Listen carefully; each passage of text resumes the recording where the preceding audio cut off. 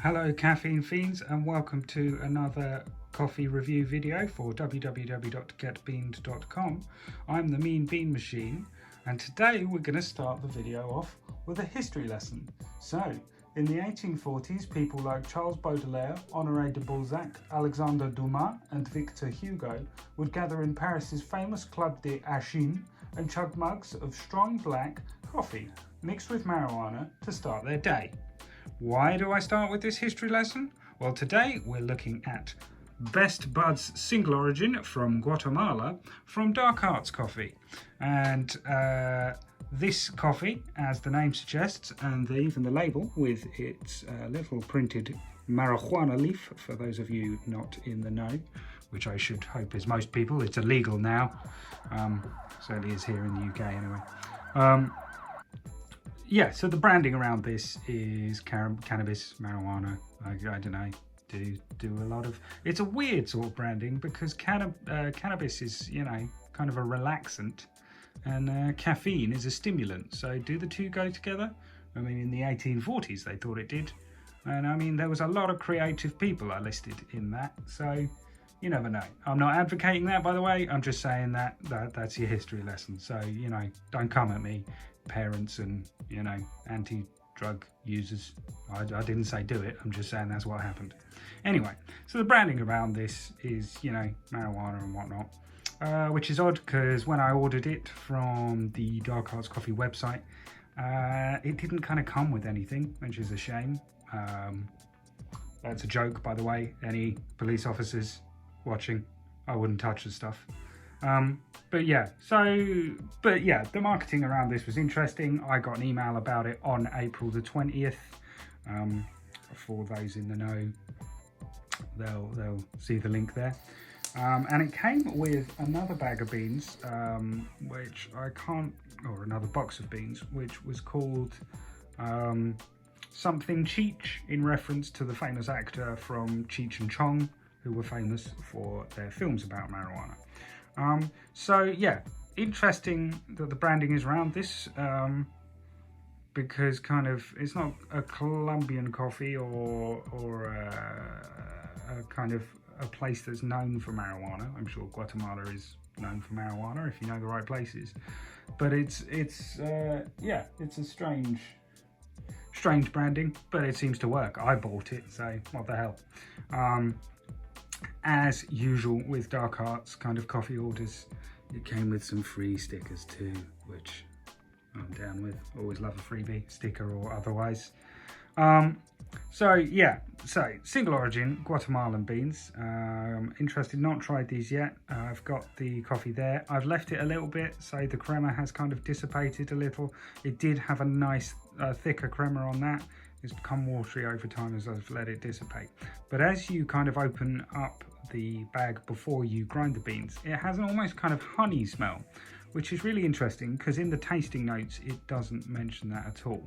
So if we just look at the top of the box here, it tells you a bit about where the region, where the coffee comes from. A name synonymous with great coffee, so I hope this is great. But it also has the tasting notes there at the bottom. So it says milk chocolate body with floral notes and orange. So I'm hoping this tastes like a chocolate orange or a Jaffa cake. But it's strange because it had that kind of honey smell to it, which isn't mentioned at all. Now the smell doesn't necessarily impact the taste. We will see. Now, I got this box of beans for £10 for 250 grams off the Dark Arts Coffee website. So that's not bad pricing. And like I say, I got another box of beans with it. So we're gonna give this a taste as an espresso and see how we feel about it. Let's give it a smell first. Oh, it smells quite fruity as a coffee, which is odd. Again, it doesn't mention any fruitiness. I'm getting berries off of that, whereas it kind of mentions orange. It doesn't say citrus, it specifically says orange, so that's strange in itself that it's more specific. But I'm getting kind of berries off it. Let's give it a sip, see how it goes down.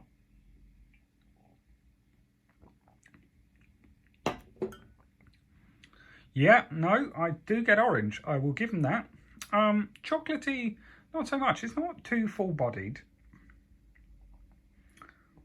And it specifically says milk chocolate. I understand that there is a lightness to it. It's not kind of that dark cocoa nibs kind of notes. There is a lightness to it. And I can sort of see a chocolate orangey connection. It's very much the orange is what first hits me. But there's not a kind of darkness to it, but it's certainly sweet. And it's not really citrusy. I suppose they've specifically said orange because it's not really acidic. It's not horrendously kind of peaking. You don't get any kind of that acidity which you would expect from something that says specifically citrus. But there is orangey notes there, and they're quite light. So that's where the tendency to floral. I can see that. So actually, yeah, I can see the sort of chocolate orange connection. It's quite pleasant, or it's very pleasant if that's your sort of thing. And I'm interested to see how it will go with more milk, to see how the milk kind of fills in that body and if it complements it, and maybe if the chocolatiness comes out a bit more. So we'll froth up some oat milk and try this as more of a latte based drink, and see how it goes down. Some oat milk, as I say every week, because I am plant-based. I'm a big fan of plants and plant life, as you may have guessed. I've just done the pour there. As you can see, not a great pour. There's not a lot of distinction between the head and the body though. It's come out quite light, so I'm interested to see how that manifests itself in terms of taste. So let's give this a go.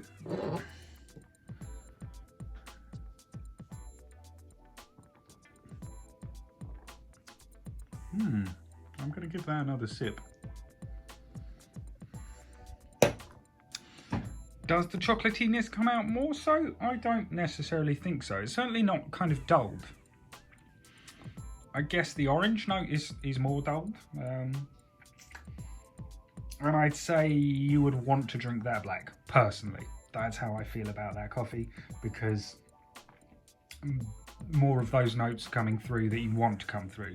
That it's quite mellow in many senses. And I really enjoyed that kind of as the espresso.